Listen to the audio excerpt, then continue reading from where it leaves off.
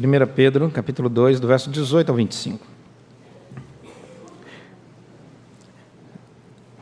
Servos, sede submissos com todo o temor ao vosso Senhor, não somente se for bom e cordato, mas também ao perverso, porque isto é grato, que alguém suporte tristezas, sofrendo injustamente, por motivo da sua consciência para com Deus. Pois que glória há, se pecando e sendo esbofeteados por isso, os suportais com paciência? Se, entretanto, quando praticais o bem, sois igualmente afligidos e o suportais com paciência, isso é grato a Deus.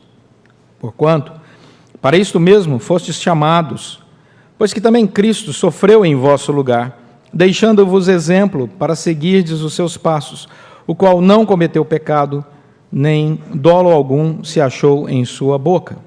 Pois ele, quando ultrajado, não revidava com ultraje, quando maltratado, não fazia ameaças, mas entregava-se àquele que julga retamente, carregando ele mesmo em seu corpo, sobre o madeiro, os nossos pecados, para que nós, mortos para os pecados, vivamos para a justiça. Por suas chagas fostes sarados, porque estáveis desgarrados, como ovelhas. Agora, porém, vos convertestes ao pastor e bispo da vossa alma. Amém. Deus, fala ao nosso coração pela ação do Teu Santo Espírito. O Senhor conhece a realidade de cada um aqui, daqueles que nos acompanham à distância, daqueles que têm o privilégio de estar aqui nesse momento para juntos ouvirmos do Senhor direção. Que o Teu Santo Espírito nos conduza assim para a glória do Senhor, em nome de Jesus Cristo. Amém. Quero mostrar para vocês um autor muito famoso na história da cristandade, né? O nome dele é John Bunyan.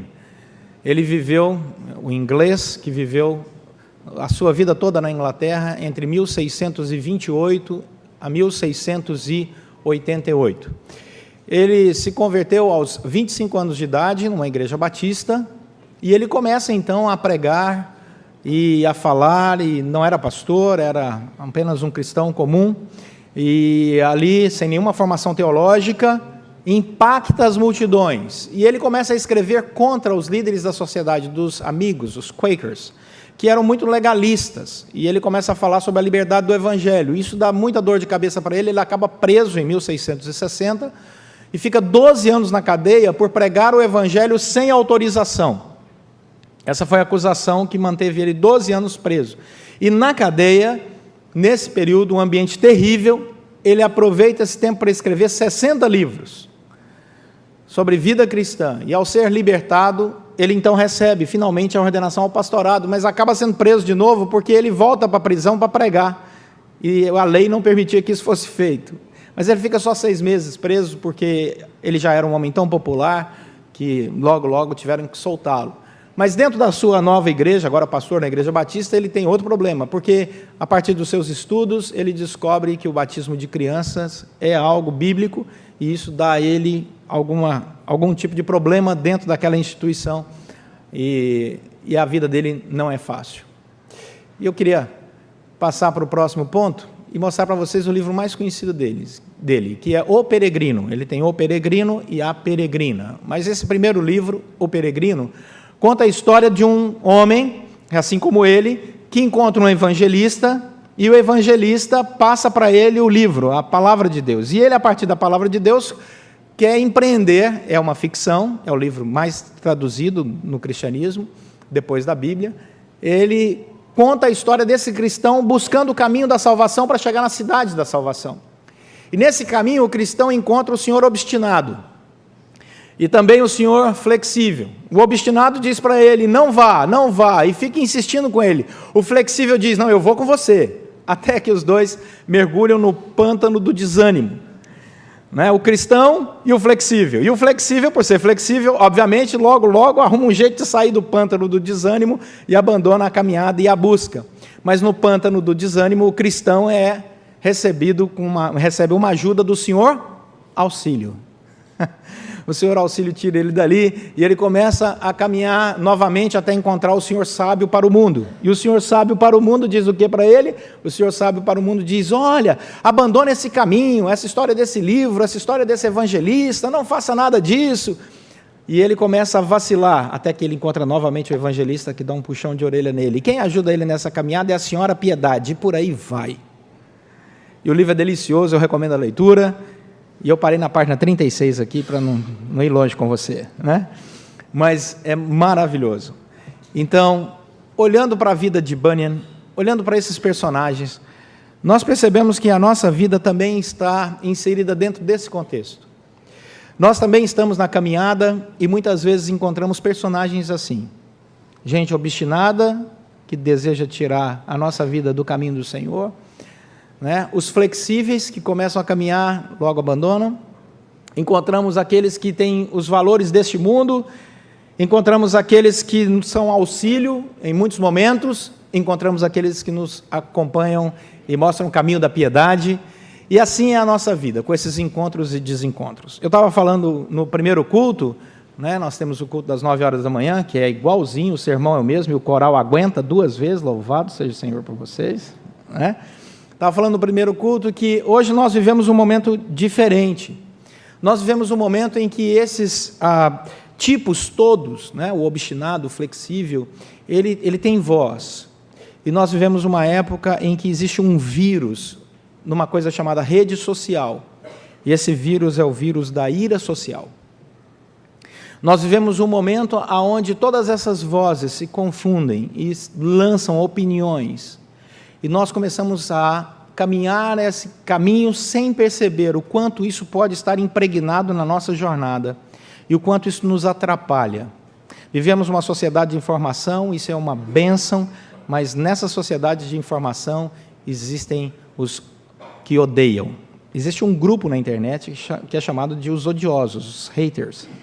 Eles existem para destruir pessoas, eles trabalham para isso. E muitas vezes nós não percebemos o quanto nós vivemos nessa sociedade, desse vírus social, dessa ira social que começa a nos tomar. E isso é um tipo de perseguição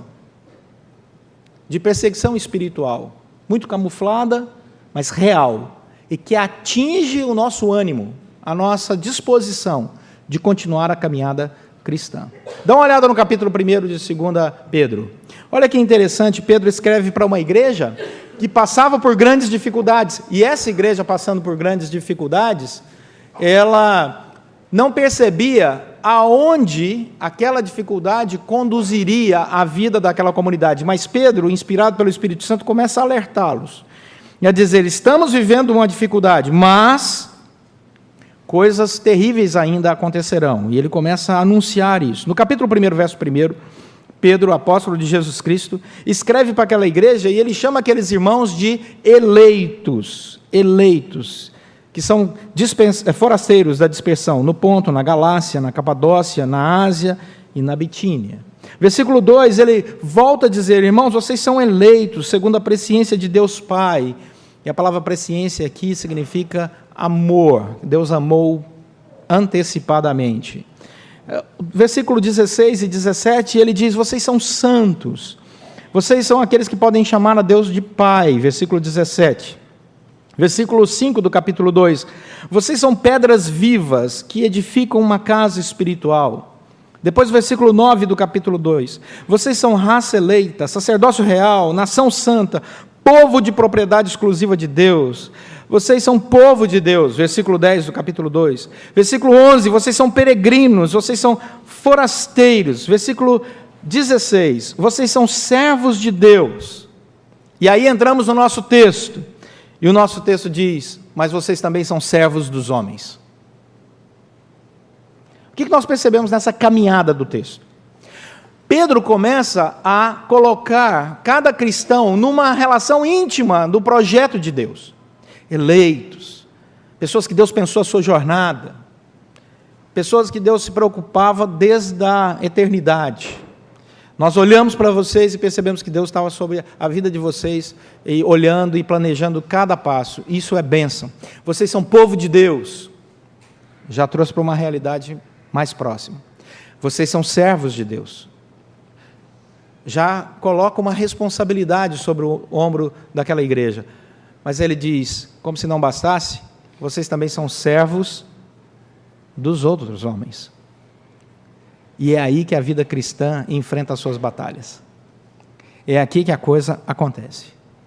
E ele diz, quais são as nossas características de um cristão como um servo de Deus, vivendo no meio de uma humanidade onde também somos servos uns dos outros. E ele começa a falar, a partir do verso 18, que o bom cristão é aquele que se percebe nesse contexto, nesse testemunho para a sociedade, e ele diz, eu reconheço o cuidado, a sabedoria e a presença de Deus como aquele que mudou a minha história. Olha o final do versículo 24. Nós somos um povo sarado. Nós somos uma sociedade tão visual que se eu falar que você é sarado, você já pensa na academia de ginástica, não é verdade? Não é? Eu vou pedir o pessoal da diaconia para desligar um ar. Tem muita gente com frio. Não tem? Eu estou de toga aqui, estou tranquilo. Né? Mas eu estou vendo muita gente assim. Ó, né? Então, acho que pode desligar um ar que vai dar. Eu vou pregar só até as 3 da tarde, acho que vai bem. Isso é brincadeira, visitante. Versículo 24. Nós somos o quê? Sarados. Sarados do quê? Qual era a nossa enfermidade? Sarados das enfermidades espirituais, daquilo que nos distanciava de Deus e do próximo, gera em nós o pecado. Então você olha o versículo 18, ele diz, vocês são submissos e devem viver submissos a Deus e manifestar isso no seu relacionamento com o próximo, com todo o temor ao vosso Senhor, não somente se for bom e cordato, mas também ao perverso. Uma alma sarada consegue perdoar até aquele que é perverso no relacionamento conosco. Não apenas aquele que é cordato, bonzinho, mas se nós fomos sarados por Deus e estamos em comunhão com o Senhor, a nossa alma está tão leve que nós olhamos para aquele que nos agride e no final entendemos que ele está atolado no lamaçal do próprio pecado. Ele não compreende aquilo que o Senhor já nos conduziu à compreensão. E por isso, para ele é tão difícil perceber os valores dessa nossa jornada. Portanto, o suporte, olha o versículo 19, vem de Deus e nos qualifica para isso, e nos capacita para isso. Diz o texto, porque isto é grato, que alguém suporte tristezas sofrendo injustamente. Por quê? Por causa da sua consciência diante de Deus. Deus nos conhece. Deus sabe as nossas intenções. Deus sabe a nossa história. Nós vivemos relacionamentos em que as pessoas não têm a menor ideia de quão profundas são as nossas marcas, a nossa história, quão dolorida foi muitas vezes o processo da nossa vida. Mas Deus sabe, e Ele é justo. E isso tem que trazer ao nosso coração leveza. Não uma expectativa de que o outro compreenda. Não, Deus sabe. Versículo 20. E Deus se agrada. Porque, no final das contas, é essa relação que importa. A nossa relação com Deus. A relação com o próximo é resultante da saúde espiritual da nossa relação com Deus. Se nós temos uma boa relação com Deus, isso exaure o bom perfume de Cristo. As outras pessoas vão perceber. É aquela história, se você quer agradar a todo mundo, no final você não consegue agradar ninguém. E o versículo 20 diz assim, porque isto é grato, que você possa ter uma consciência tranquila diante do Senhor, porque aquele que espera essa glória deve esperar naquela gratidão diante do Senhor. O final do versículo 20 fala exatamente isso. Quando nós suportamos com paciência todas as aflições. Quem é o nosso modelo? Versículo 21 a 23. O nosso modelo é Cristo. Cristo é o nosso exemplo. O apóstolo Paulo disse que vida cristã, 1 Coríntios capítulo 11, versículo 1, é ser imitador de Cristo. Cristo não é só aquele poder espiritual que me ajuda na jornada, não é aquele que dá, através da minha oração, pelo poder do Espírito Santo, a condição para vencermos todas as nossas lutas. Não, ele não é só poder, Cristo é o exemplo de humildade, de paz, de perdão, de serenidade, de palavras que edificam. Então, a partir do verso 21 até o verso 23, ele diz: porquanto para isto mesmo fostes chamados, pois que também Cristo sofreu em vosso lugar, deixando-vos exemplo. Para quê? Para seguir os seus passos. Então, Cristo é o meu modelo, e ele não pecou, ele não blasfemou, ele não, em momento algum, negou o seu próprio ser, e eu devo olhar para ele e sentir em Cristo Jesus o renovo, o modelo que me renova para a minha caminhada. E o cristianismo prático é esse: o que Cristo fez, sentiu, suportou. Senhor, me dá forças para seguir essa caminhada. Dá uma olhada em 2 Coríntios capítulo 4 para você ver. 2 Coríntios capítulo 4. Obrigado, a diaconia aí. 2 Coríntios capítulo 4, verso 7. 2 Coríntios capítulo 4, verso 7. Olha o que Paulo diz, inspirado pelo Espírito Santo de Deus. Temos, porém, este tesouro em vasos de barro, para que a excelência do poder seja de Deus e não de nós. Em tudo somos atribulados, porém não angustiados. Perplexos, porém não desanimados. Perseguidos, porém não desamparados. Abatidos, porém não destruídos. Levando sempre no corpo o morrer de Jesus, para que também a sua vida se manifeste em nosso corpo. Porque nós que vivemos somos sempre entregues à morte por causa de Jesus, para que também a vida de Jesus se manifeste em nossa carne mortal. Pode voltar lá para 1 Pedro. Então, Cristo é aquele que nos faz descansar, nos renova. E quando experimentamos na nossa caminhada esses mesmos sentimentos, valores, visão de Cristo Jesus, imitando a Ele e pensando como eu posso andar mais próximo daquilo que Jesus tem como modelo para uma vida cristã, há uma leveza que vem do Espírito Santo que invade o nosso ser, e nós olhamos para a sociedade e todos esses pecados que estão por aí, todos esses vícios que estão por aí, esses vírus, né, que estão contaminando as redes dos nossos próprios corações e mente, e nos sentimos leves, porque o Senhor nos faz caminhar seguros, porque Ele nos dá uma nova visão de toda essa história.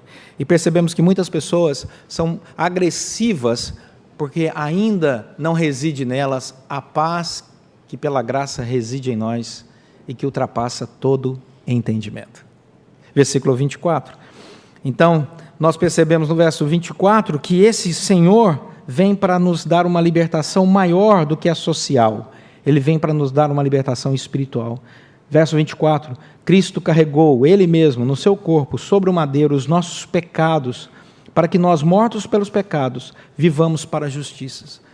Pelas suas chagas, nós fomos então todos sarados. A morte de Cristo Jesus tem um propósito, é nos reconciliar com Deus.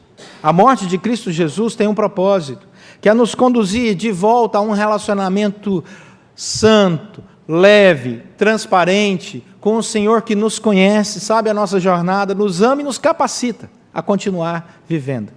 Foi pago um alto preço para termos essa tamanha liberdade e esse grande privilégio. Por isso que o verso 25 vai dizer que nós não somos mais ovelhas desgarradas, mas somos ovelhas de um só pastor, e o nome dele é Jesus Cristo, nosso supremo pastor e bispo.